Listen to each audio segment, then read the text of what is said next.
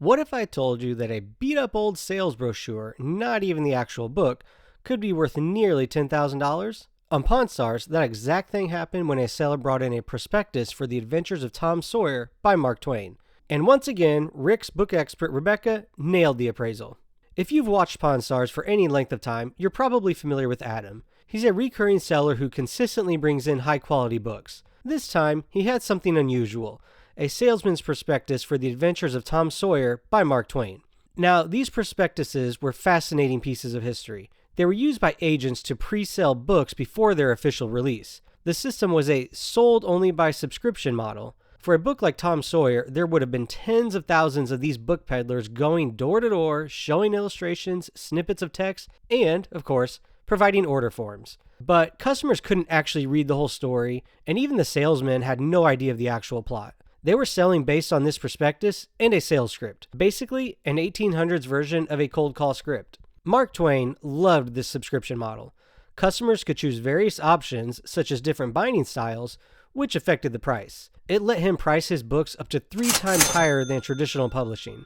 By the time he was releasing Huck Finn, Twain famously said he wouldn't publish it at all until at least 40,000 copies had already been pre-sold. Rebecca stepped in to evaluate the book. She explains that these prospectuses are rare since most were simply thrown out after use. Also, these things traveled all over the place. It was probably pretty hard to keep them in good shape. She notes that this prospectus wasn't tied to a true first edition and was in pretty rough shape. But even with that, she gave an appraisal of $9,000 to $10,000. Adam came in asking for $10,000. Rick, of course, went lower, opening at $5,000. Adam pushed for $6,000, but Rick wouldn't budge past $5,500. After some back and forth, Adam reluctantly agreed. It was pretty funny to watch Rebecca awkwardly standing there during the negotiation. Something we don't often see, but I think the producers know where their bread is buttered on a book episode.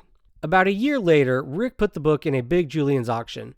It sold for $8,320 on the hammer price. With a 25% buyer's premium, which goes directly to the auction house, the buyer actually paid over $10,000. Even after Rick paid seller fees on that hammer price, whatever they were exactly, I'm not really sure, he still cleared at least a few $1,000s in profit. And once again, Rebecca's appraisal was spot on. That's why she continues to be the go-to book expert on the show.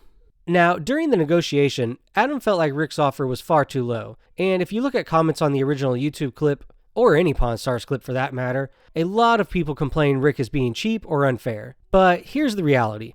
$5,500 was a fair offer. The seller got quick cash with no risk. Rick made a few $1,000s right in line with the expectations of the appraisal, but he also took on the auction risk to get that higher price. And while it worked out here, it just as easily could have gone the other way with Rick losing money. Such was the case on a deal I discussed in another video on some courtroom sketches art that Rick purchased and lost thousands of dollars on.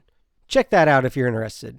And for all of those that like to repeat, the show is fake. Adam himself has addressed this on his own YouTube channel. He has said repeatedly that there are no rehearsals and the negotiations and transactions are 100% real. Of course, production has to schedule times so the expert and Rick can both be there, but that doesn't make it staged or fake. Something being produced isn't the same as being fake, despite what the trolls like to say, and will still probably say in the comments of this video. I'll link to Adam's video in the description if you want to hear directly from him. So, what do you think? Was Rick's $5,500 deal fair? Or should Adam have held firm for more? Let me know in the comments, and if you enjoy diving deeper into these Pawn Stars deals, make sure to like this video and subscribe for more. Thanks for watching.